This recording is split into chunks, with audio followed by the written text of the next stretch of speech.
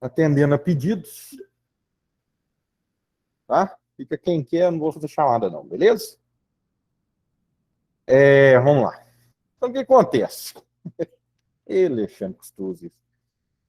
Vamos fazer uma revisãozinha de processo civil, que é uma aula de verso, então. Tá com acerto 1? Acho que eu acerto 1, tá?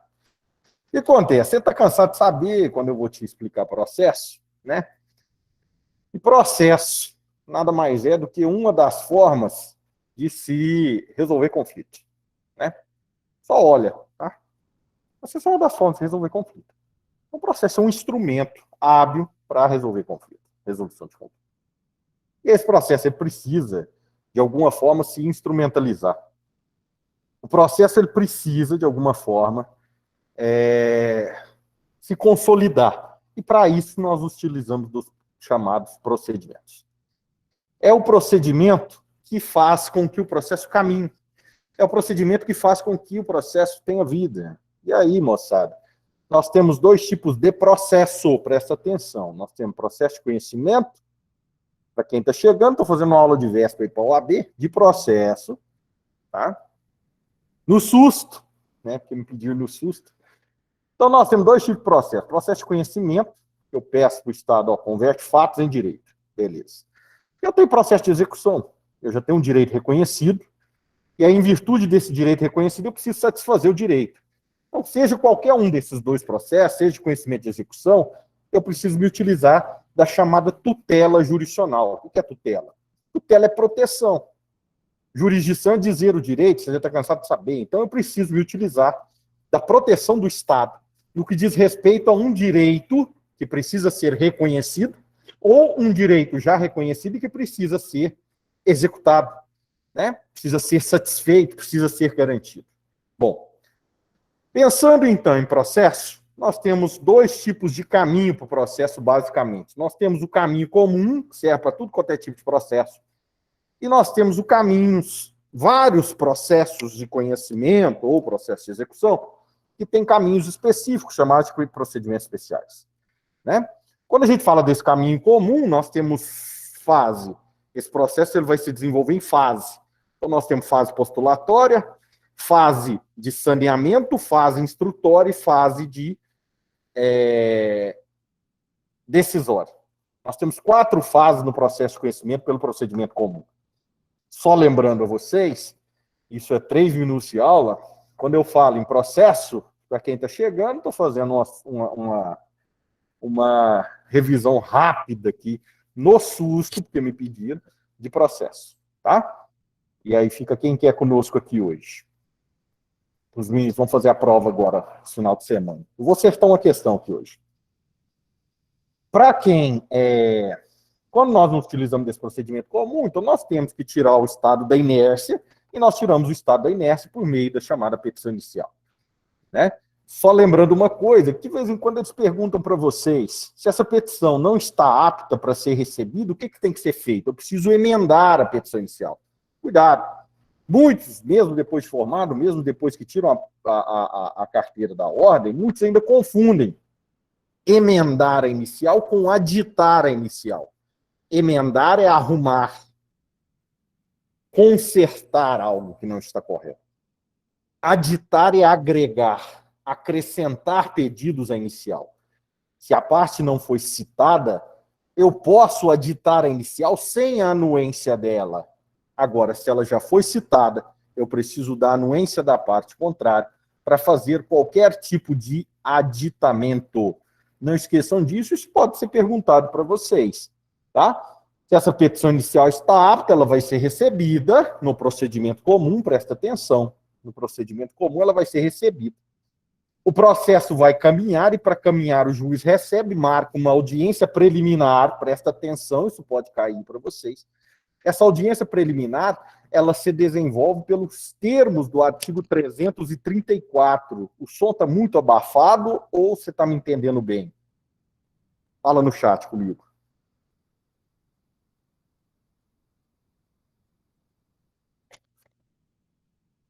Essa audiência preliminar, ela vai se desenvolver nos termos do artigo 334. E aí eu vou te falar uma coisinha.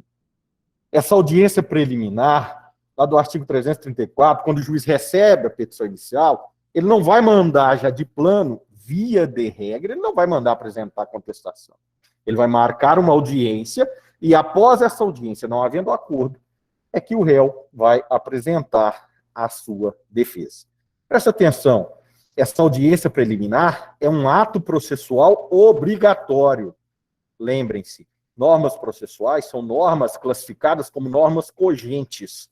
Normas cogentes são normas de aplicação obrigatória. Via de regra, não há transação sobre normas cogentes. Via de regra. Mas esse novo código já muda algumas coisas nessas transações, nessas possibilidades de transação sobre normas processuais. Mas não vamos falar nisso ainda. Vamos pensar no procedimento comum, como que ele vai se desenvolver. E esse procedimento comum, ele vai se desenvolver passando pela petição inicial, que, se recebida, vai ser designada uma audiência preliminar, que é um ato obrigatório. Feita essa audiência preliminar, não havendo acordo entre as partes, a parte ré, então, passa a ter prazo de 15 dias úteis para apresentar sua defesa. Presta atenção numa coisa que pode ser que venha lá para vocês. Existe a possibilidade de não se realizar essa audiência preliminar? Sim. Em alguns casos. Quais as possibilidades de não se realizar essa audiência preliminar do artigo 334? O juiz verificando que o direito é indisponível é um dos casos. Não tem jeito de transacionar sobre direito à vida? Então, para que eu vou marcar uma audiência preliminar? O juiz justificando a impossibilidade de se realizar o ato, independente do direito, como, por exemplo, agora em período de pandemia.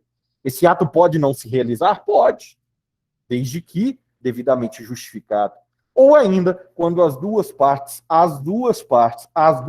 manifestarem desinteresse na realização deste ato.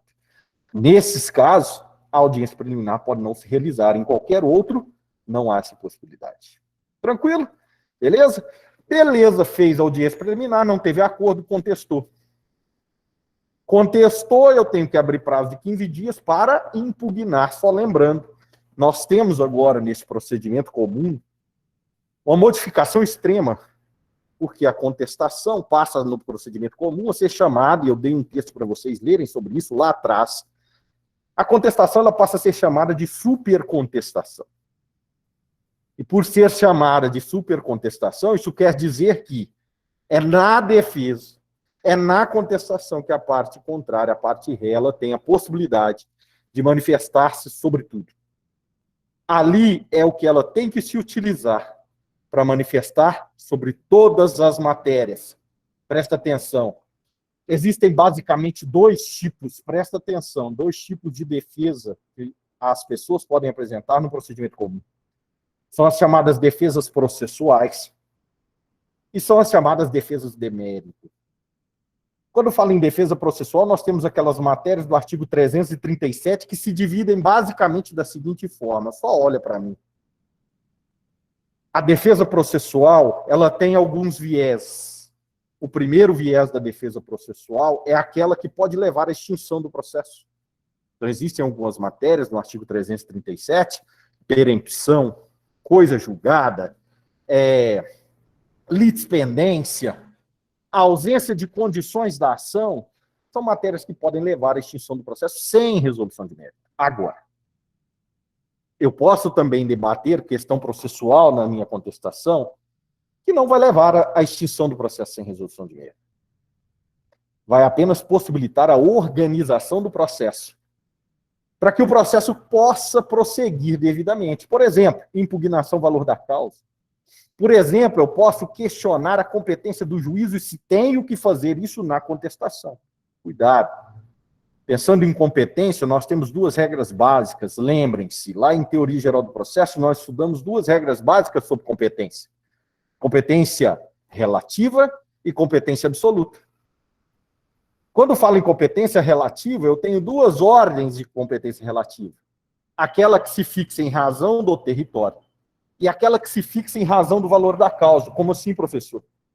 Sempre que o código me traz, sempre que a legislação processual traz, que a competência se qualifica por um domicílio, nós estamos falando em competência territorial e, portanto, competência de ordem relativa.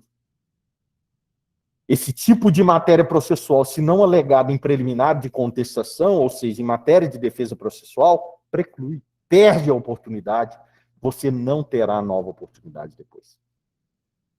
É como se você estivesse, o que a gente chama, modificando uma competência originária, por meio da prorrogação de competência. Aquela competência que era originariamente competente, como eu não questiono, aquela competência que aquele juízo que era originariamente incompetente, por uma ordem jurídica ou por uma norma jurídica de ordem relativa, como eu não questiono, precluiu. E ele se torna, então, competente. Mas se a norma for de competência absoluta, e aí nós temos algumas, por exemplo, matéria.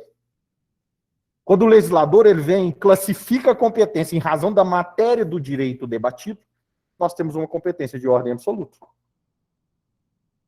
Quando o legislador ele vem e classifica uma competência em virtude da qualificação do juízo, em virtude do próprio juízo, em virtude do juízo já ser competente para outras causas, eu também estou falando em competência de ordem absoluta, uma competência fixada em razão da função do julgador. Como ele já julga a execução, ele vai julgar também os embargos à execução. Como ele já julga tal ação, ele vai julgar todos os incidentes correlatos àquela ação. Nós estamos falando em competência de ordem absoluta. Essa competência de ordem absoluta, presta atenção, isso pode ser questionamento para vocês na prova do final de semana. Essa competência de ordem absoluta, mesmo se não questionada em preliminar de contestação, não preclui. Por quê? Quando nós falamos em classificação de competência de ordem absoluta, nós estamos falando que o interesse extrapola a seara privada, minha e sua, e atinge a seara pública. Por ser assim, mesmo que não alegado em preliminar de contestação, pode ser reconhecida pelo juízo lá na sentença. Antes da sentença, chamo feita a ordem, reconheço minha incompetência e mando o processo embora. Antes do juízo dar sentença, eu, réu, venho nas minhas razões finais, apresento um incidente, um questionamento qualquer solto dentro do processo, e o juiz, sendo a incompetência absoluta, deve reconhecê-la porque não há que se falar em preclusão da matéria. Beleza. Passado, então, petição inicial, audiência preliminar, contestação. Eu tenho 15 dias, então, para que o autor impugne essa contestação. E presta atenção. Se na contestação houver o que nós chamamos de reconvenção, o que é reconvenção? Reconvenção nada mais é do que um instrumento processual apto para que o réu possa apresentar pedidos contra o autor. Quando eu digo reconvenção, significa dizer que na minha contestação haverá um espaço para que o réu faça pedidos contra o autor. É uma verdadeira petição inicial dentro da contestação. Se houver essa reconvenção, lá na impugnação, o autor deverá o quê? Impugnar a contestação e apresentar uma peça separada, contestando a reconvenção. E o processo caminha. Petição inicial, audiência preliminar, contestação, impugnação, e o juiz deve o quê agora? Organizar o processo. Verificar se há algo a ser sanado ou saneado para acabar com o processo naquele ponto ou prosseguir com o processo. Presta atenção, podem te perguntar uma coisa. Algo muito específico nessa fase de saneamento é a chamada decisão antecipada parcial de mérito. Presta atenção. Quando se fala em decisão antecipada parcial de mérito, significa o quê? Ali, na fase, no momento em que o juiz vai sanear o processo, ele pode já analisar parte do direito material. E pode analisar o mérito.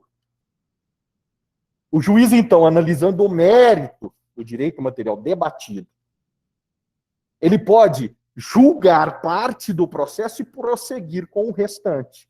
como pode não fazer isso. Por que te falo sobre isso? Porque quando fala em decisão antecipada parcial de mérito, uma das matérias que mais cai na prova da ordem é recurso. Qual recurso cabível contra a decisão antecipada parcial de mérito? Vai que eu acerto, hein, Alexandre?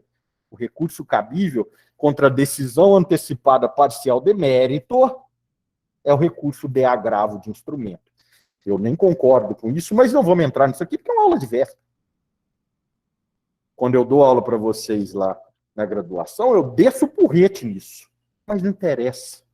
Para a prova do OAB, recurso cabível contra a decisão antecipada parcial de mérito é o recurso de agravo de instrumento.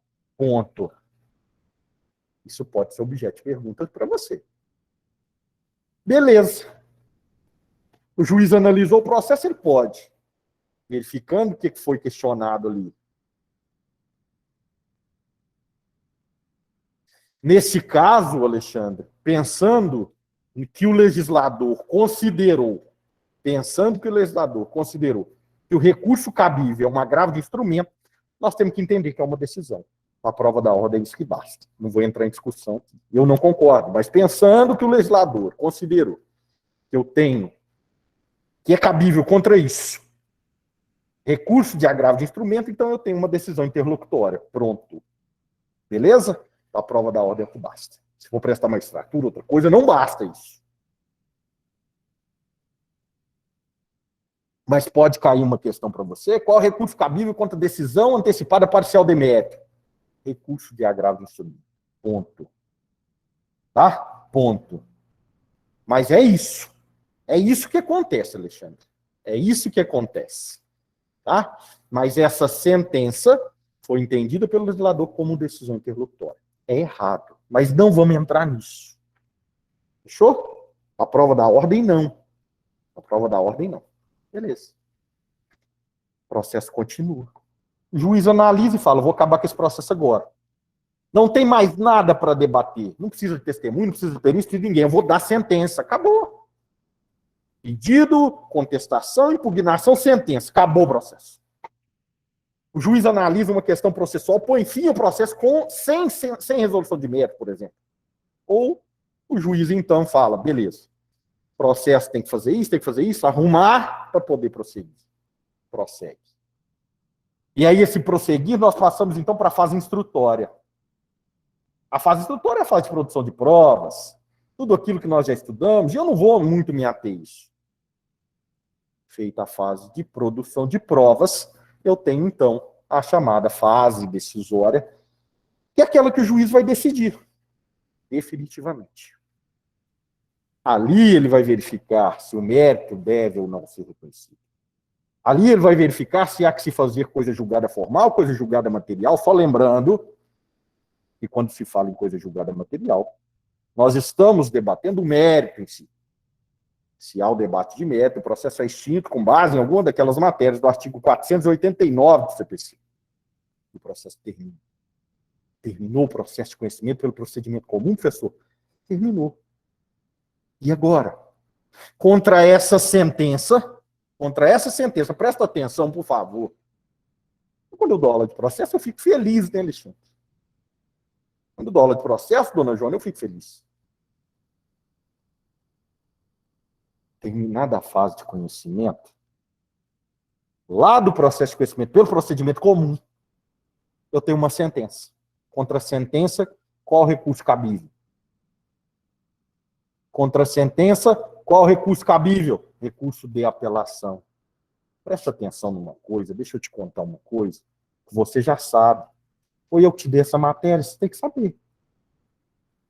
Presta atenção.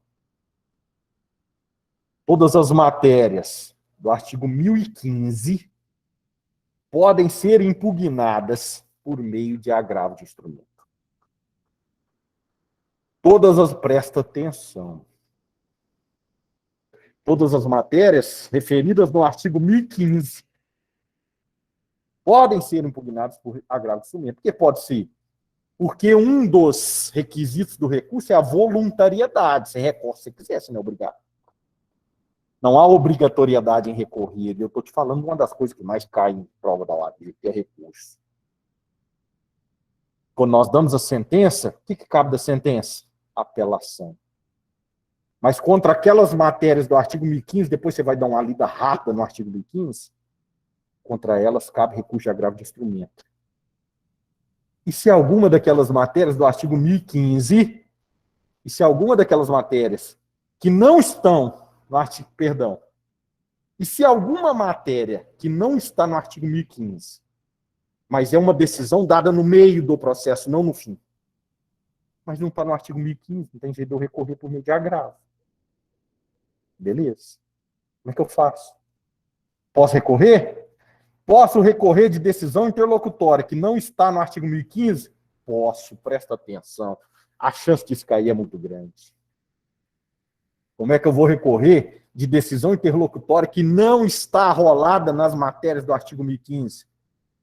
Por meio de apelação. Mesmo, professor? Mesmo. Essas matérias poderão ser questionadas em preliminar de apelação. Matérias que não estão roladas no artigo 1015, mas que foram decididas no curso do processo, ou seja, decisões interlocutórias dadas no curso do processo, mas que não se encontrem arroladas no artigo 1015, poderão ser objeto de recurso de apelação suscitadas em preliminar, ou seja, antes de debater o mérito, eu vou questionar aquelas matérias que eu não tive oportunidade de questionar durante o curso do processo. Isso é muito importante. E vou te dizer mais. Não acredito que a prova da ordem chegue nesse nível, mas meus alunos não podem passar por isso.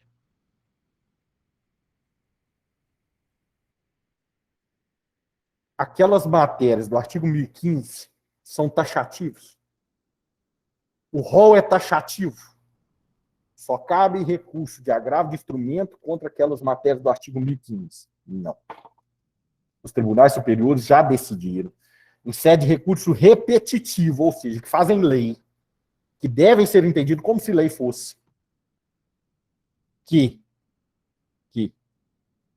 o rol do artigo 1015 tem taxatividade mitigada. Ou seja, ele é taxativo, mas se eu demonstrar que a matéria não está no artigo 1015, mas que a análise dela é urgente, sob pena de perecimento do próprio direito, é cabível, sim, recurso de agravo de instrumento. Cuidado, às vezes chega-se nesse nível a prova de vocês, eu não acredito. Mas presta atenção. Nós já falamos de alguns temas aqui. Não estou nem respirando, hein? De máscara. Nós já falamos de alguns temas aqui, teoria geral do processo. Nós já corremos todo o procedimento comum. E nós começamos a brincar um pouquinho com recurso. E aí eu vou caminhar mais um pouco. Contra a decisão interlocutória, cabe recurso de agravo de instrumento. Contra toda? Não. Decisão interlocutória que não estiver rolado no artigo 1015 poderão ser impugnadas em preliminar de apelação. Cuidado, então. Se cai uma questão para você dizendo que recurso de apelação é cabível apenas para impugnar sentença, está errado. Apenas. Se cai uma assertiva dizendo recurso de apelação é hábil a impugnar sentença, está certo. Agora, se tiver lá tão somente, apenas, exclusivamente, não. Porque eu posso hoje utilizar o recurso de apelação para também impugnar a decisão interlocutória em sede de preliminar de apelação.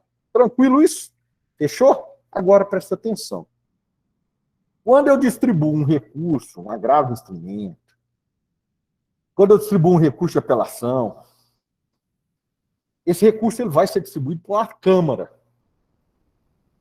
Essa Câmara, via de regra, ela é composta por 5 desembargadores. Desses 5, um deles vai ser designado como relator do seu recurso.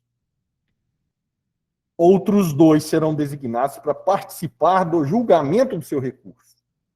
E eu tenho 2 de STEP. A gente não sabe o que pode acontecer. Beleza. O relator do seu recurso, ele pode analisar algumas matérias que estão lá, salvo engano, no artigo 932 CPC. Mas isso, para mim, aqui não é tão importante.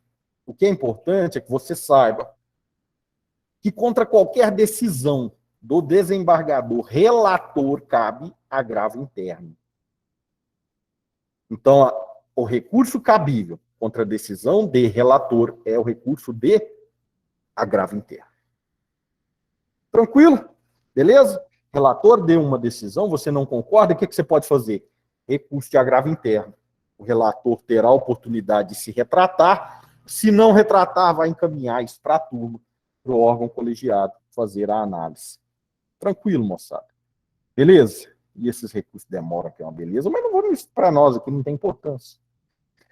Então, nós já falamos de agravo, nós já falamos de recurso de apelação, nós já falamos de agravo interno, nós já falamos de todo o processo de conhecimento. Né? O que mais? Recurso extraordinário, recurso especial. Para que serve recurso extraordinário, recurso especial? Então, eu tenho uma sentença que cabe contra ela, recurso de apelação. Beleza. Recorreu, recurso de apelação forma o que nós chamamos de acórdão. Eu posso ter a chamada decisão monocrática, que é a decisão dada pelo relator, e eu posso também ter acórdão, que é a decisão colegiada. Contra essa decisão colegiada, cabe, via de regra, o quê? Recurso especial ou recurso extraordinário. Cuidado. Não há necessidade de se esgotar o recurso especial para se chegar no recurso extraordinário. Inclusive, eu posso interpor os dois simultaneamente. Contra o recurso, contra o acórdão, cabe, então, via de regra, cabe recurso especial e recurso extraordinário. Presta atenção. No recurso especial e recurso extraordinário, não se debatem fatos. Não há que se falar em debate de matéria fática em recurso especial e recurso extraordinário.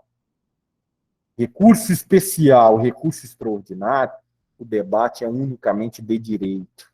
Quando fala em recurso especial, o objeto do recurso especial é o debate de legislação infraconstitucional. Essa legislação deveria ter sido aplicada? Essa legislação está apta para ser aplicada neste caso? É isso que eu vou debater em recurso especial. E quando fala recurso extraordinário, o objeto do recurso extraordinário nada mais é do que questões de direito de ordem constitucional. Apenas e tão somente. Tranquilo. Tem um outro recurso importantíssimo. A chance dele cair para você é muito grande. E um recurso bobo. Até acho errado estar classificado como um recurso, mas o legislador coloca ele no rol dos recursos, que é um embargo de declaração. Quando fala em embargos de declaração, para que serve embargo de declaração? Embargo de declaração pode ser utilizado contra toda e qualquer decisão impugnável por meio de recurso. Posso me utilizar dos embargos de declaração em uma decisão interlocutória? Posso. Posso me utilizar de embargo de declaração num ato de ofício lá? Posso. Posso me utilizar de embargo de declaração em face de uma decisão monocrática? Posso. Posso me utilizar de embargo de declaração em face de uma sentença? Posso. Quando é que eu posso me utilizar de embargo de declaração? Apenas quando houver contradição, quando houver omissão, quando houver obscuridade, quando houver erro material em uma decisão, seja ela qual for. Contradição, omissão, obscuridade e erro material. Se tiver dúvida, cabe embargo de declaração? Também em dobro, Alexandre. Todos os prazos são em dobro, infelizmente. Também em dobro.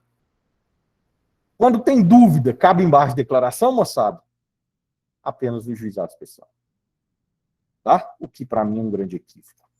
Mas isso não vai cair na prova de vocês, não. Tá? É em dobro também, Alexandre. Também é em dobro. Falei de processo de conhecimento, procedimento comum. Falei de recurso. Falamos um monte de coisa aí brincando sobre recurso. Só que tem um negócio que eu preciso falar. Tem uma coisa que eu não posso deixar de falar. Nós falamos que existe processo de conhecimento, que é aquele que eu converto fatos em direito. E falamos para vocês que esse processo de conhecimento ele pode se desenvolver por um procedimento geral e ele pode se desenvolver por ritos específicos, ou seja, procedimentos específicos. O que o legislador fez? Dependendo do direito material tão específico, eu vou ter também um direito processual específico. E aí o legislador ele vai, moçada, e cria algumas ações, alguns caminhos diferentes para resolver alguns direitos materiais. Quer um exemplo? Ação de consignação e pagamento. O camarada está te devendo. Vamos lá, vai embora não. Não me abandona não. Olha aqui. Ó, o camarada está te devendo. Vai te pagar, você não aceita. O camarada está te devendo, chega o dia de pagar, você morreu. Como é que ele faz? O camarada vai lá e te dá R$1.000, fala para você assim, vou comprar seu carro. Só que eu vou em sexta-feira buscar e já estou te dando R$1.000. Quando chega na quinta, você morre. Como é que o cara vai exigir que a moto seja transferida para ele? Ele tem que demonstrar para o juízo a impossibilidade de realizar esse pagamento. E é diante desta impossibilidade de se realizar o pagamento que nós temos uma ação chamada de consignação em pagamento. A consignação em pagamento ela tem alguns pressupostos. A incapacidade de se realizar o pagamento, seja por, presta atenção, mora do credor. Eu tenho crédito e não me coloco à disposição para receber. Eu tenho crédito, tinha que receber, mas não vou. Da mesma forma, cabe consignação em pagamento quando o credor for incapaz. Pode cair nessa prova isso. Da mesma forma, cabe consignação em pagamento quando eu tiver dúvidas para quem pagar. Esses são alguns dos pressupostos da ação de consignação em pagamento. E só lembrando que a ação de consignação em pagamento é uma das ações que tem caráter dúplice. O que é ter caráter dúplice? Isso pode ser objeto de pergunta para você. Ter caráter dúplice significa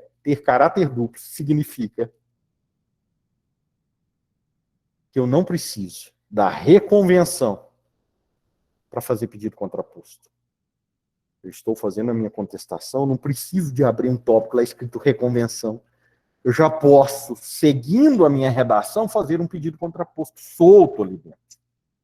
Eu não preciso desta burocracia processual para apresentar pedidos contrapostos. Tranquilo?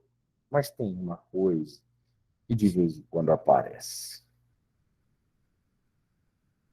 Dentro desses procedimentos especiais, nós temos a chamada ação de reintegração de, as ações possessórias. Ações possessórias, nós já estudamos que elas podem ser típicas, puras, ou atípicas e impuras, vamos dizer assim. Eu acredito que perguntem uma classificação dessa para vocês.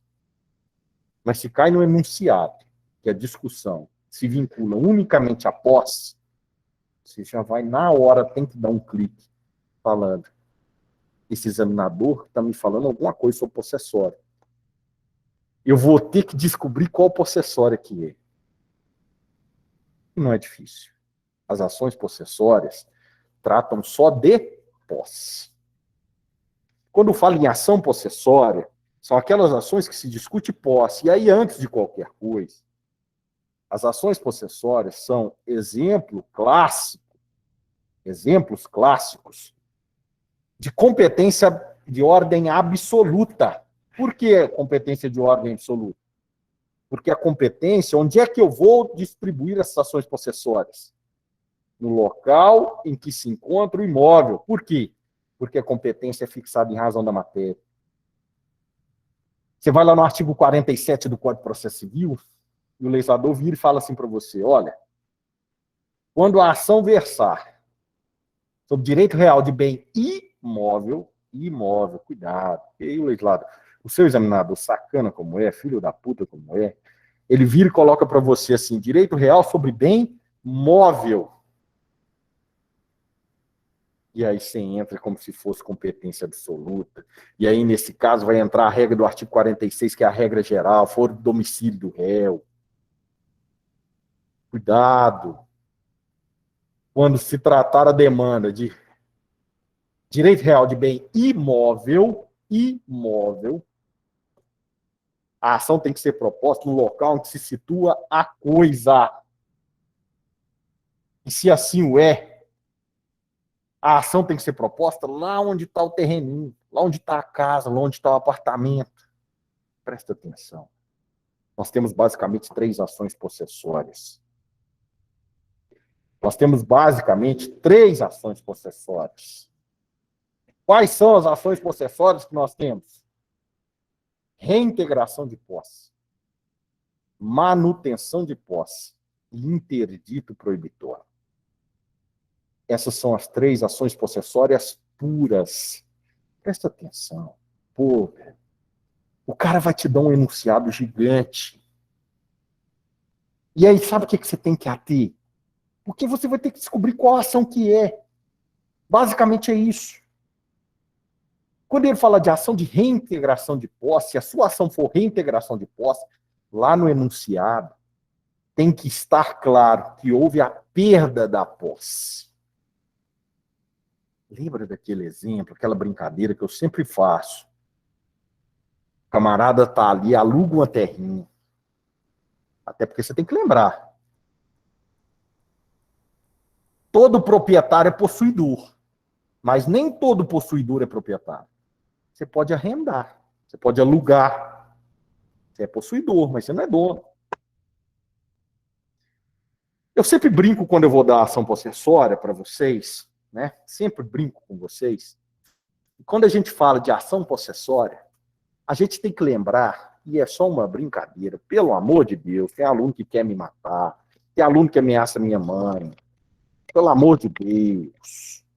Você vai lembrar daquele ônibus parado na portinha da fazenda. Eu alugo lá uma terrinha, 5 alqueires, para colocar um gadinho, tirar um leite, vender um leite, fazer um queijo, vender um queijo. E aí eu saio ali por volta das 3, aparto as vacas, né? Às vezes alguns de vocês não sabem que é apartar a vaca, eu coloco a vaca de um lado e o bezerro do outro.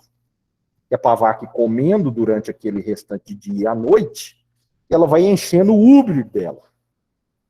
Vai enchendo de leite. Chega no outro dia, eu tiro e dou o restinho para o bezerro beber, né? E a vaca vai comer também um tempo de algumas horas que eles vão ficar juntos e o bezerro vai mamando. Beleza.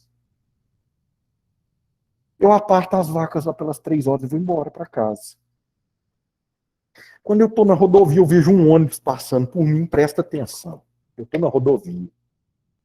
Vejo um ônibus passando por mim, cheio de bandeirinha vermelha para fora. Né? A imagem do Che Guevara, Fidel Castro. E aquele ônibus. E eu, gente, o que é isso? O que está acontecendo? E aí eu chego no outro dia para tirar meu leitinho, 5h30 da manhã. O que aconteceu lá na fazendinha que eu estou alugando? Invadiram.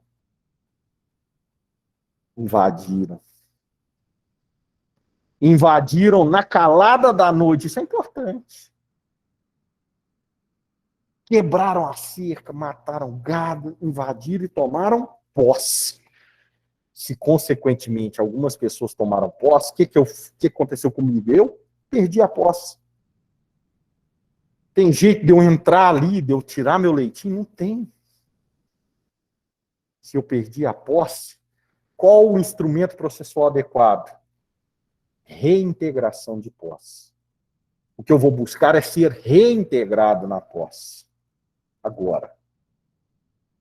Imagine você que eu estou indo embora 3 horas da tarde, passo o mesmo ônibus, cheio de bandeirinha vermelha, foto do Che Guevara, foto do Fidel Castro. Aquelas pessoas param na porta da propriedade que eu estou alugando, que eu só tenho posse. Eu só tenho posse. Aquelas pessoas param ali, quebram o cadeado, entram na propriedade, entram naquele imóvel, cortam árvores, faz um cercadinho e fala assim, olha, aqui vai ser do João, aqui vai ser do José, aqui vai ser da Maria. Então já vamos pegar esse pedaço de cá e deixa o pedaço de lá para o pessoal que vai chegar amanhã. Mas vamos fazer o seguinte, Vamos cercar e vamos colocar nosso nome e vamos sair. Aí, quando o pessoal chegar amanhã, a gente toma posse definitivo. O que é isso? Eu saio 3 horas da tarde. Quando eu chego para trabalhar no outro dia, 5h30 da manhã, eles estão lá dentro? Não. Eu posso tirar meu leitinho? Posso. Não, professor, mas já tem um pedacinho ali que é cercar. Tá, mas se eu for lá e tirar um arame, eu posso pôr uma vaca lá dentro? Pode. Ninguém tá lá? Eu perdi a posse? Não. Mas, presta atenção, eu tenho atos reais, já realizados, que podem me levar à perda da posse. Quando eu tenho esses atos reais que podem me levar à perda da posse, o que eu tenho é a possibilidade de de propor uma ação chamada de manutenção de posse. Eu perdi posse? Não. O que eu quero? Ser mantido. Eu estou na posse, mas já vieram aqui, já cercaram e vão voltar e vão tomar posse. Eu quero uma ordem judicial para ser mantido na posse do imóvel. Cuidado. Quando eu falo em ação de manutenção de posse, eu não tenho uma mera ameaça. Eu já tenho atos concretos. É diferente, presta atenção. É muito diferente. Eu saio dali 3 horas da tarde e passo pelo ônibus. Chego no outro dia, 5h30 da tarde, tá aquele ônibus acampado lá na porta da fazendinha que eu alugo. Quando é de tarde, eles invadem a fazenda do meu lado. E começa a vir derrubando tudo pro meu lado. Eu falo, pô, esse povo vai pular a cerca, vai passar para cá. Mas eles já fizeram alguma coisa lá no imóvel que você está? Algum ato concreto? Nenhum. Aí, nesse caso, que eu tenho uma mera ameaça. E aí, nesse caso, que um instrumento processual adequado que eu posso me utilizar é uma ação de interdito proibitório. Cuidado. Quando eu falo em ação de reintegração de posse, houve a perda da posse. Essa perda da posse no processo ela é chamada de turbação. Presta atenção. A chance disso cair é muito grande. E vou falar. Quem fez escolha por civil, se não tiver uma questão de possessório na primeira fase, ela vem na segunda. E se tiver na primeira, cuidado, porque às vezes ela também vem na segunda. Anota o que eu estou te falando.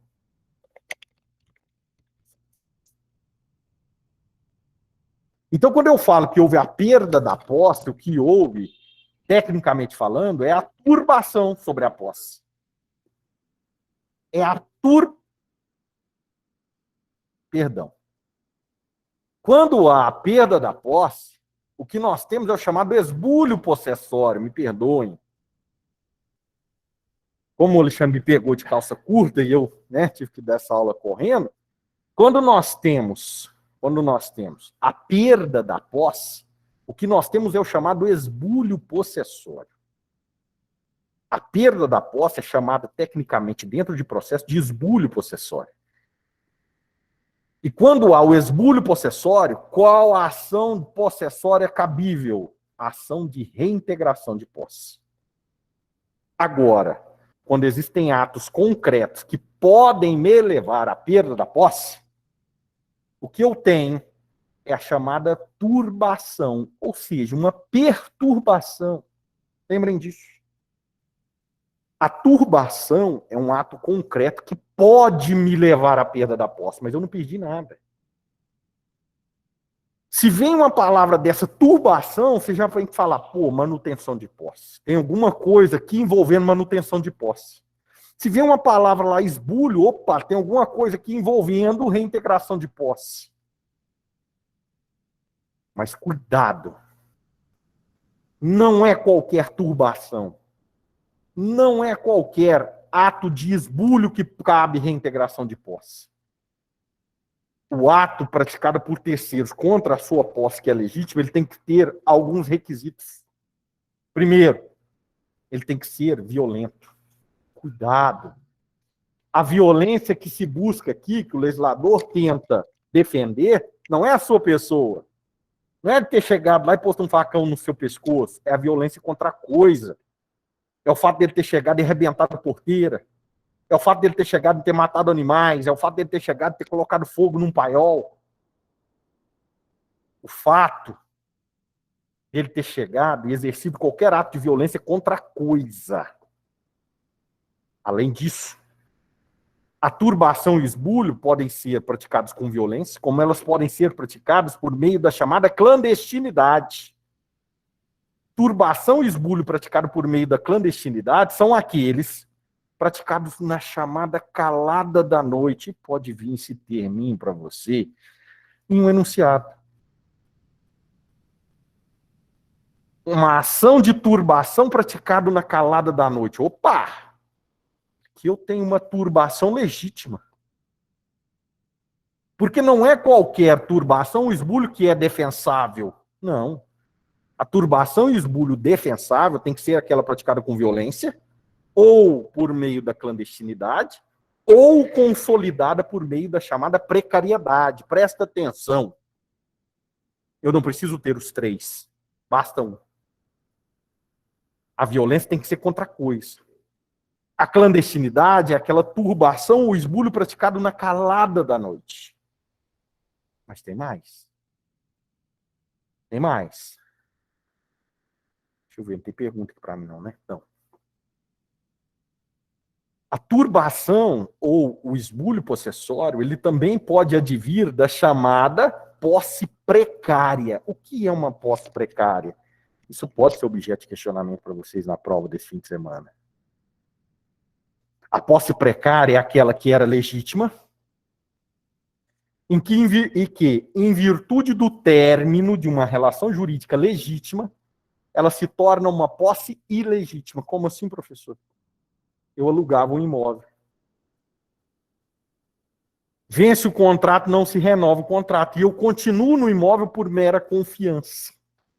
Mas sem um contrato firmado. Mesmo verbal não existe. A minha posse passa, então, de legítima para uma posse precária.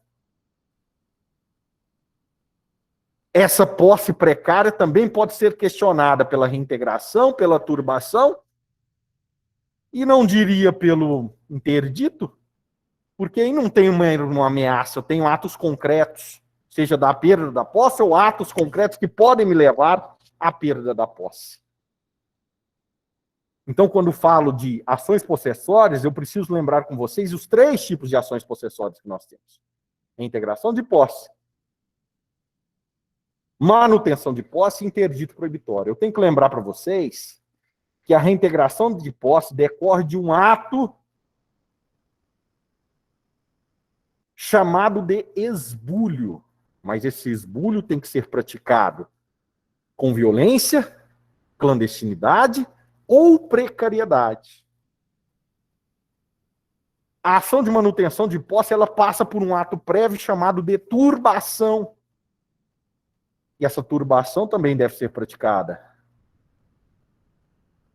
por violência, clandestinidade ou precariedade. E a ação de interdito proibitório, não. Essa é uma ação que se vincula unicamente à mera ameaça à sua posse. Não existem atos efetivos de perda ou de possibilidade de perda da posse. É apenas uma ameaça, o chamado factoide. Beleza. Fechou.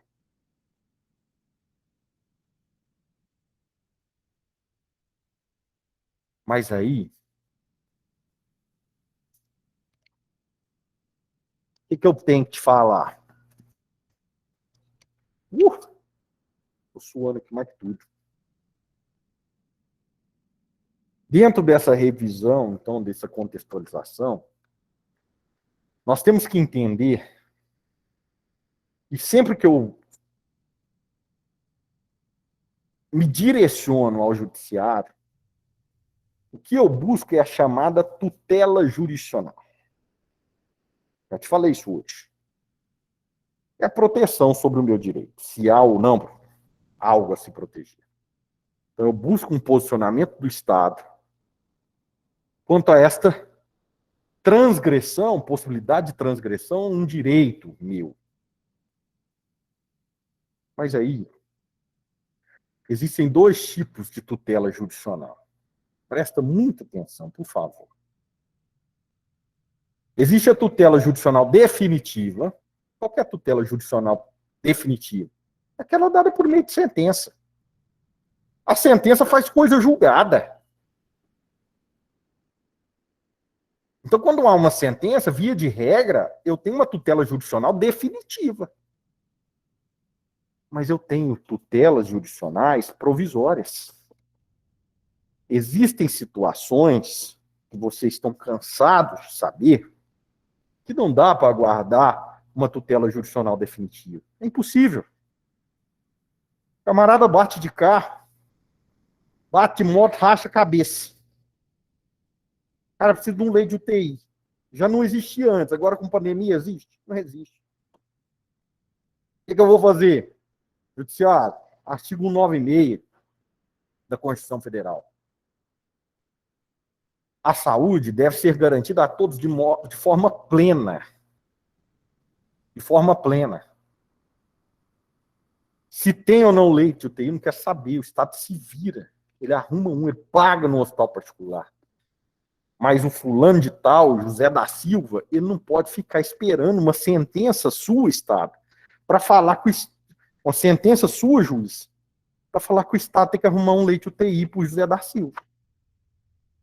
O que eu preciso? A chamada tutela provisória. Em razão da situação de urgência. Existem dois tipos de tutela provisória, presta atenção. Existe a chamada tutela provisória de urgência e existe a chamada tutela provisória de evidência.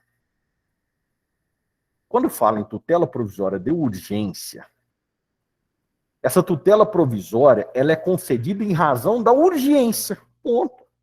Ah, é. Por quê? Quais são os requisitos para a concessão da tutela provisória de urgência?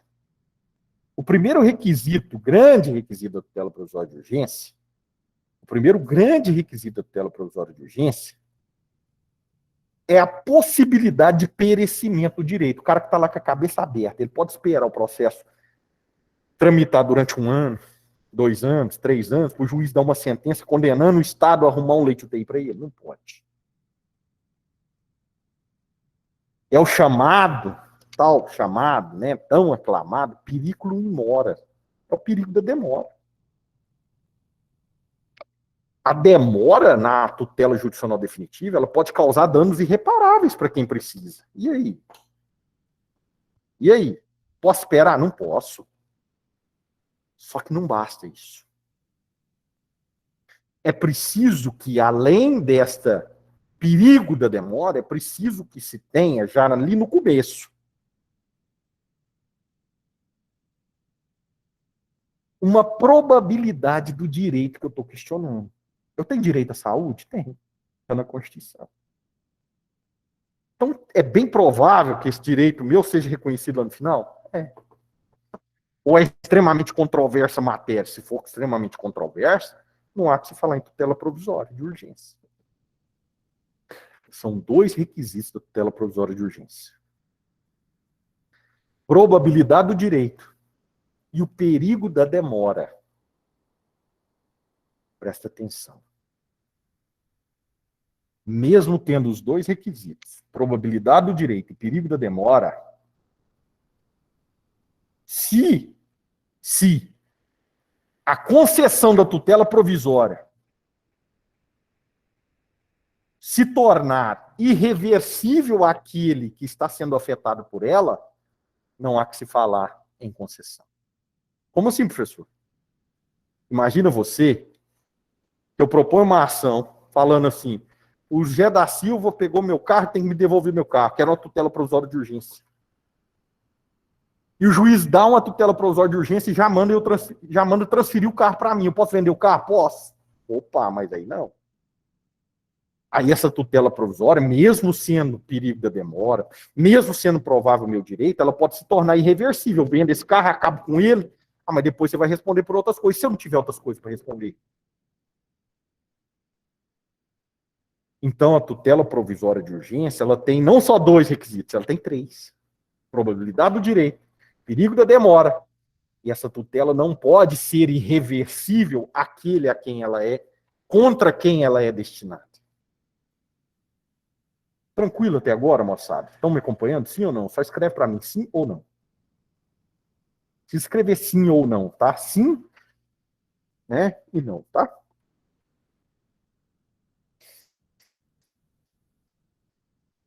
Só Letícia, ótimo. Beleza, obrigado, viu, Letícia? Também gosto de você, tá? Muito mesmo. O que acontece? O que acontece? Essa tutela provisória, ela pode ser concedida de 2 formas. Ela pode ser concedida incidentalmente, como assim, professor? Eu proponho uma ação e requeiro, na petição inicial ou no curso do processo, essa tutela provisória de urgência. É a chamada tutela provisória de urgência incidental. Ou ela pode ser requerida em caráter antecedente. Como assim? Antes de eu propor a ação principal, falando, Estado, o juiz obriga o Estado a arrumar um leite UTI aí para mim. Eu posso propor só uma tutela provisória de urgência, em caráter antecedente. Eu posso só buscar a tutela provisória, depois eu vou emendar a inicial e vou seguir com a ação normal. Então a tutela provisória ela pode ser incidental ou ela pode ser antecedente. Isso pode estar na sua prova desse fim de semana. Beleza, professor. E a chamada tutela provisória de evidência? Aí é o caramba, hein? Não tem dificuldade, não. Não tem dificuldade, não. A tutela provisória de evidência, ela está lá no artigo 311 do CPC. E lá no artigo 311 do CPC,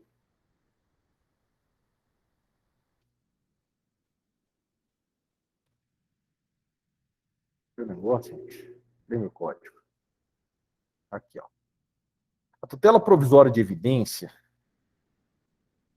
eu li esse artigo, na última aula de véspera que eu dei para o ENAD, caiu uma questão sobre tutela provisória de evidência. E foi o último artigo que eu li na aula de véspera. A tutela de evidência, ela vem para falar assim, olha, a matéria geralmente ela é de direito? É. Os tribunais superiores já decidiram sobre isso? Já. Para que você vai ficar esperando sentença, meu filho? Para quê? Os tribunais já decidiram. Os documentos já estão aí. Só que cuidado, não é qualquer decisão do tribunal. São aquelas decisões firmadas em sede de efeito repetitivo. Ou eu já tenho uma súmula vinculante sobre isso. Para que eu vou esperar a sentença já dar o negócio aí, meu? O artigo 311, ele vira e fala assim para você, a tutela da evidência, o artigo 311, ele vem e fala assim para você, ó.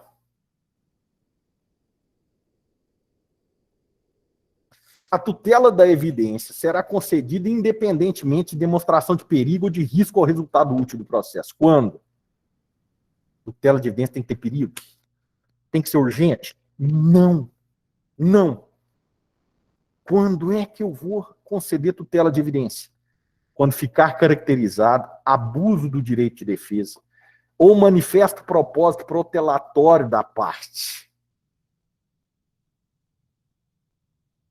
A tutela provisória de evidência, baseada no inciso 1, cabe antes da citação? Não. Por quê? Eu já tenho que ter a contestação da parte e verificar que naquela contestação tem abuso de direito de defesa. Estou alegando por alegar. Eu estou fazendo uma contestação de 50 folhas, não tem nada a ver com os fatos em si. Então, a questão de ficar caracterizado abuso de direito de defesa ou manifesto propósito protelatório da parte, nessa hipótese, não há que se falar em concessão de tutela provisória de evidência nessa hipótese, antes da citação. Por óbvio, para se conceder essa tutela provisória de evidência baseada no inciso 1, eu tenho que ter formada a relação processual. Eu tenho que ter instituído o contraditório. São termos que podem vir na sua prova. 2. As alegações de fato puderem ser comprovadas apenas documentalmente. E, presta atenção, tem um e, tem um aditivo. E aí na sua prova, seu examinador ele vem e coloca só um dos requisitos. Cabe tutela provisória de evidência quando os fatos puderem ser comprovados apenas documentalmente? Não cabe. Não cabe. Porque cabe tutela provisória de evidência quando os fatos puderem ser comprovados apenas documentalmente e houver tese firmada em julgamento de casos repetitivos ou em súmula vinculante. A chance de estar nessa prova é muito grande. Quando vem e me pede para eu dar uma aula de véspera hoje, e eu brinco, eu vou acertar uma, não precisa ser gênio, não. A gente sabe o que os caras costumam cobrar. Posso errar, mas a chance de eu acertar uma aqui nessa brincadeira aqui é grande. Cabe tutela de evidência quando, inciso 3, se tratar de pedido rei persecutório, fundado em prova documental adequada ao contrato de depósito, caso em que será decretada ordem de entrega do objeto custodiado sob combinação de multa. Que é isso, professor? Que bicho é esse? Que é o exemplo. Você vai viajar. Você vai para o Nordeste. Aí você deixa sua Ferrari lá no estacionamento do aeroporto. Aí, geralmente o cara que anda de Ferrari, igual o Alexandre, ele não gosta de pagar o estacionamento. E aí ele vai chegar de viagem e o cara do estacionamento vai falar assim, olha, o senhor ficou 28 dias no Nordeste, né? O cara que o senhor ficou separado, né? Tem um seguro próprio para ele, pelo valor dele. E o senhor está me devendo aqui R$ 640 das diárias. O Alexandre fala, não pago, você é louco? Não pago de jeito nenhum. Qual o contrato que o Alexandre tinha com aquele sujeito? Um contrato de depósito. Estou deixando em depósito com você isso aqui, cuida aí para mim.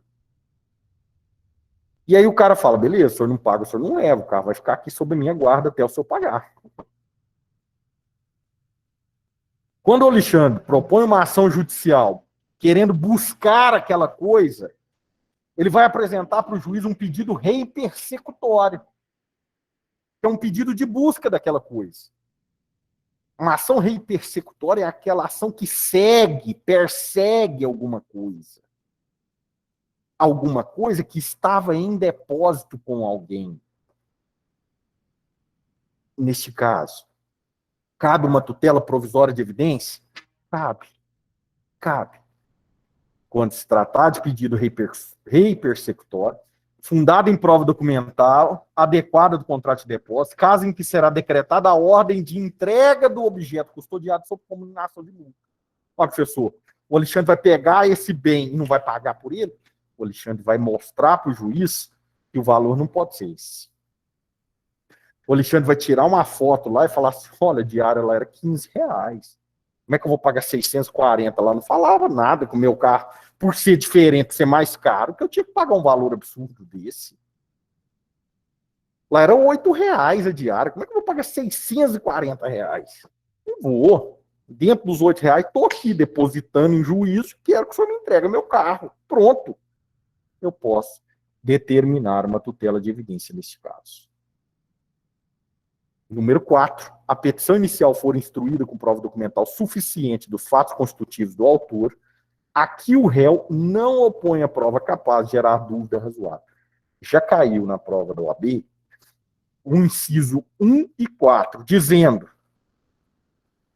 a tutela provisória de evidência consolidada nos incisos 1 e 4 do CPC, lá do 311, ele vem e descreve as hipóteses, ela pode se realizar independentemente de consolidação do contraditório. Certo ou errado? Errado. Tanto o inciso 1 quanto o inciso 4, para que eu possa conceder essa tutela provisória de evidência, eu preciso de consolidar o contraditório, a ampla defesa. Ou seja, tanto no inciso 1 quanto no inciso 4, só cabe tutela provisória de evidência se houver citação da parte contrária. No inciso 1, eu tenho abuso de direito de defesa ou protelação do processo, então já tem que ter sido citado. No inciso 4, eu tenho provas suficientes do autor e o réu não conseguiu desfazer essas provas. Eu tenho o inciso 4. Nas hipóteses do inciso 2 e 3, o juiz poderá decidir liminarmente. Nas hipóteses do inciso 1 e 4, não cabe decisão liminar. Se não cabe decisão liminar, é porque tem que ter citação. Quando falar em decisão liminar, significa aquela decisão que é dada pelo juiz, sem a formação do contraditório. Então, só cabe decisão liminar nas hipóteses dos incisos 2 e 3. 1 e 4 não cabe decisão liminar. Isso já caiu na prova da ordem de vocês. E a chance de perguntar de novo é gigante. Então, nós falamos sobre alguns tópicos de teoria geral do processo. Nós falamos de procedimento comum. Nós falamos sobre recurso. Nós falamos sobre ação de consignação de pagamento. Nós falamos de ação de reintegração de posse. Nós falamos de ações possessórias como um todo. Nós falamos de tutela provisória de urgência e de evidência. O que mais que nós temos que falar? O que mais? Eu acho que é mais ou menos isso. No susto, né? No susto, eu acho que é mais ou menos isso. Né? O que mais que eu posso falar para vocês? O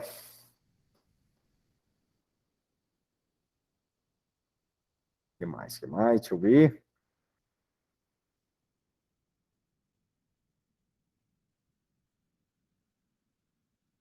Conexão e continência. Quando é que vai haver conexão? Quando é que vai haver continência? Quando é que vai haver conexão? Quando é que vai haver continência? E aí? Conexão e continência são formas de modificação da competência. A conexão quanto à causa de pedir ou pedido forem iguais. Partes diferentes, causa de pedir ou pedido forem iguais. A conexão. Só para a gente lembrar, são elementos de uma ação. Partes, causa de pedir e pedido. Você vai lembrar da petição inicial. Partes, causa de pedir e pedido. Partes, polo ativo, polo passivo. Causa de pedir, o motivo pelo qual estou no judiciário. E pedido, o que eu quero do judiciário? Quando a minha causa de pedir ou o pedido forem equivalentes, os processos são conexos, tem que tramitar juntos. Vamos lembrar? Problema com comissão de formatura. Uma turma contrata uma empresa, não dá certo. Tem um problema. Cada um pode propor uma ação? Pode. Mas essas ações têm que tramitar juntos. Porque a causa de pedido de vocês são a mesma. Por mais que o pedido seja diferente, por mais que as partes sejam diferentes, a causa de pedido vai ser a mesma. Acidente da Chapecoense. São vítimas diferentes. São pedidos diferentes. Mas a causa de pedir é a mesma. Os processos são conexos. Precisam tramitar juntos. Pensem se naquele acidente da Chapecoense, um juiz aqui entende que não há responsabilidade e um juiz de lá entende que há responsabilidade. Isso é um absurdo. Não pode. São decisões extremamente contraditórias. E quando eu falo em continência? Na continência eu tenho as mesmas partes, a mesma causa de pedir, mas o objeto de um é maior do que o objeto da outra. Por exemplo, eu financio um carro da AV Financeira. Pela AV Financeira. Não existe, tá? É hipotético. Eu financio um carro pela AV Financeira. Aí eu vou lá e falo assim, olha, eu quero revisar o contrato do carro. E a AV Financeira vem e fala assim para o juiz, o dono não está pagando o carro. Então o que precisa? Eu quero buscar e apreender o carro. Mas o juiz, ele olha a minha ação e fala assim, poxa, se o dono não quer revisar o contrato, eu não posso falar que ele está devendo. Porque se eu revisar esse contrato, a dívida dele pode não ser o que o banco está falando. Ao invés de 10, pode ser 8. Então, peraí, tem que segurar. Eu tenho as mesmas partes, eu tenho a mesma causa de pedir, que é o quê? O contrato. Um é a revisão, o outro inadimplemento. Mas o objeto da revisão ele é maior e engloba o objeto da busca e apreensão do veículo. Eu tenho ações continentes e elas também devem tramitar juntos. Quem é que fica com essas ações? Juízo prevento. Quem é juízo prevento? Aquele que recebe primeiro uma das ações. Tá? Que mais? Que mais? Que mais? Que mais? Que mais? Que mais?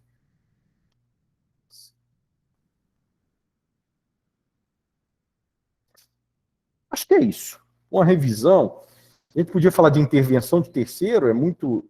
A chance de cair intervenção de terceiro é muito grande, tá?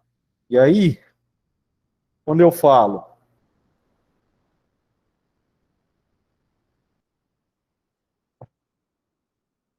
Não. Quando eu falo em intervenção de terceiro, quais as hipóteses de intervenção de terceiro que nós temos? Vai me lembrando aí. Denunciação da lide, vai me lembrando. Denunciação da lide, vai me lembrando, vai me ajudando. Quais as hipóteses de intervenção de terceiro que nós temos no Código? Denunciação da lide, desconsideração da personalidade jurídica, vai me ajudando. Denunciação da lide, desconsideração. Não. Desconsideração da personalidade jurídica. O que mais? Que mais? Assistência. O que mais? Vai me ajudando. Vai me ajudando. Denunciação da lide, desconsideração da personalidade jurídica, assistência. Pelo amor de Deus, a chance de cair em intervenção terceira é gigante. Vamos lá. O que mais?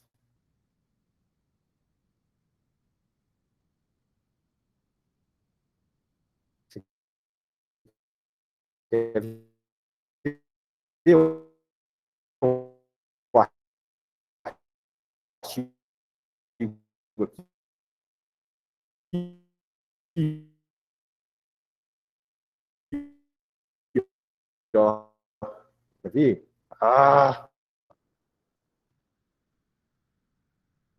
Isso, garoto. Aqui, ó. Artigo 119 do CPC. Em diante. Então, quais são as hipóteses de intervenção terceiro que nós temos? Certinho, Alexandre. Assistência, artigo 119. Deixa eu compartilhar rápido. Ah, não, tá compartilhando aí, né? Vocês estão vendo aí. Estão vendo? Tranquilo? Sim ou não, moçada? Sim ou não? Por favor, fala comigo, bebê, por favor. Fala comigo, vai. Sim, Eduardo. Obrigado, viu, Eduardo? Também gosto de você, tá? Ó, intervenção de terceiro, nós temos assistência, né? Nós temos denunciação da lide. Nós temos chamamento ao processo. Nós temos desconsideração da personalidade jurídica. E nós temos amicus curiae. São 5. Assistência. Não, estava travando, né? Mas tá vendo? Assistência. Chamamento ao processo. Desconsideração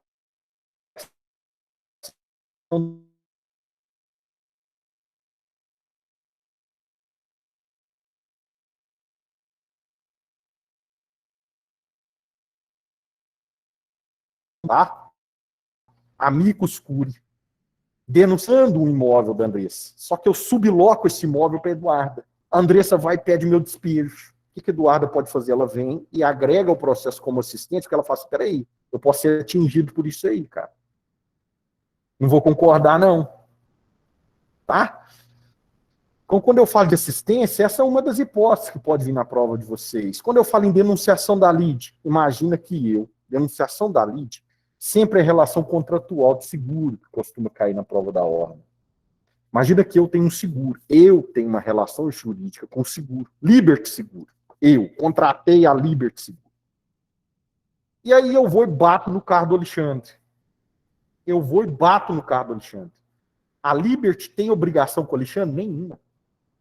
O Alexandre não contratou a Liberty. Eu contratei a Liberty. Eu posso denunciar, o próprio Alexandre pode denunciar a Lídia, a Liberty, mas a Liberty só vai pagar o Alexandre porque ela tem uma relação jurídica comigo. Então eu vou denunciar a Lídia a alguém porque ela tem uma relação jurídica com uma das partes. Isso é denunciação da Lídia, beleza. Agora, isso aqui costuma cair, chamamento ao processo, né? Chamamento ao processo, ele se vincula ao codevedor. Então eu tenho lá, eu proponho uma ação, né, contra aquele que me alugou o imóvel, mas tem um fiador. Ah, não vou propor contra o fiador, não. Posso. Mas a parte réia pode chamar o processo fiador? Pode também. É a possibilidade, é a existência de codevedores. Tem um processo nosso, que nós estamos propondo ele contra a construtora e a Caixa Econômica Federal por um atraso de obra, né? Se eu tivesse proposto só contra a Caixa, só contra a construtora, elas poderiam chamar uma outra a compor a relação? Poderia, porque a jurisprudência entende que há uma responsabilidade solidária pela fiscalização do tempo de entrega dessa unidade habitacional. Tranquilo? Então, o chamamento ao processo é quando nós temos codevedores, tá? Desconsideração da personalidade jurídica. Desconsideração da personalidade jurídica. A desconsideração da personalidade jurídica, ela não é requerida no próprio processo. Eu crio um incidente, tá? Um processo coladinho, associado, que a gente fala agora no processo eletrônico. Quando eu falo desconsideração da personalidade jurídica, presta atenção. Personalidade jurídica, eu tenho uma empresa, o Alexandre tem uma empresa, a Andressa tem uma empresa, alguém tem uma empresa, a empresa, ela tem autonomia de personalidade. Ela responde pelos seus atos. A empresa responde pelos seus atos. Como você tem um CPF, a empresa tem um CNPJ. A empresa tem personalidade própria.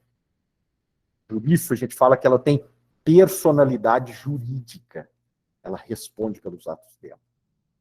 Mas em algumas hipóteses, ou seja, aquelas hipóteses lá do artigo 50 do Código Civil, se tiver abuso de direito, se tiver desvio de finalidade nessa condução dessa empresa, eu posso, então, buscar tirar a empresa, não tirar a empresa, mas afastar um pouquinho a empresa, chegar ela para o lado, para tentar atingir o patrimônio dos sócios. Não vou excluir a empresa. Eu vou só tirar ela um pouquinho da minha frente para tentar chegar no patrimônio dos sócios. Isso é desconsiderar a personalidade jurídica para tentar atingir a personalidade física dos sócios da empresa. Mas apenas naquelas hipóteses do artigo 50 do Código Civil. E o amicus curiae, pessoal? O amicus curiae também é uma forma de intervenção de terceiro. O amicus curiae também é uma forma de intervenção de terceiro, chamado de amigo da corte.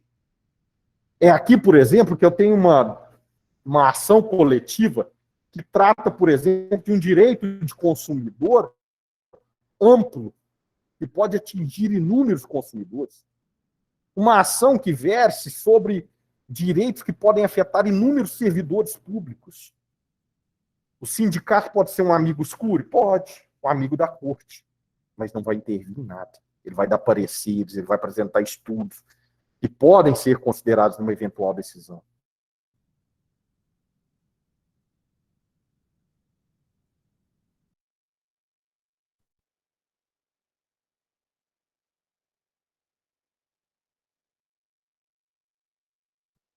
Podem ser considerados uma eventual decisão. Curiae, não recorte decisão. Cuidado. O Alexandre lembrou de embargos de terceiro, só para você lembrar. Quando a gente fala de embargos de terceiro, nós não estamos falando de uma intervenção de terceiro típica. São só essas 5 hipóteses. Assistência, denunciação, alide, chamamento ao processo, desconsideração da personalidade jurídica e amicus curiae. Embargo de terceiro é uma forma de um terceiro intervir no processo? É. Mas não é uma...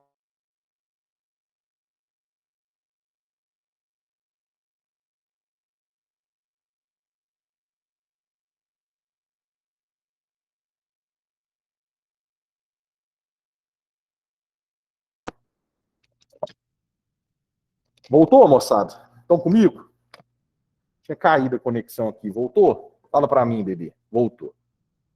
Então, eu estava falando para vocês de conexão, de intervenção de terceiro. A intervenção de terceiro, ela se volta contra ordem judicial. Então eu penhorei um carro. A Andressa tá se lascando, velho, se eu e o Alexandre estamos brigando. Foda-se o nosso direito. Só que o carro não. Essa ordem judicial aí não pode subsistir, não, excelência. Porque esse carro eu já tinha comprado dele. O direito dos dois que está brigando aí, se um der pro outro, eu não quero saber, mas não pode atingir esse carro. Peraí. Agora, nós dois estamos brigando por um carro. Aí a Andressa também quer esse carro. Aí já é ação de oposição, não é embargo de terceiro mais. Valeu ou não? Pesado, hein? Vocês me pegaram. Ô, Alexandre, faz mais não, velho. Que isso? Você tá louco. Deixa eu respirar um pouquinho agora. Valeu, moçada. Fechou? Tranquilo. Jesus abençoe vocês aí. Tamo junto. Tá? Valeu. Um abraço. Fica com Deus, moçada. Obrigadão. Valeu.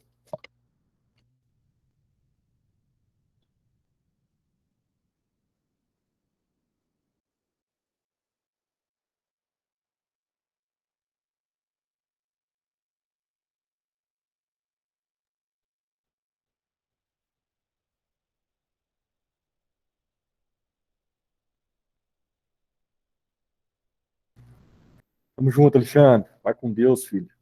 Jesus abençoe vocês aí, viu? Tamo junto, todo mundo que for fazer, quem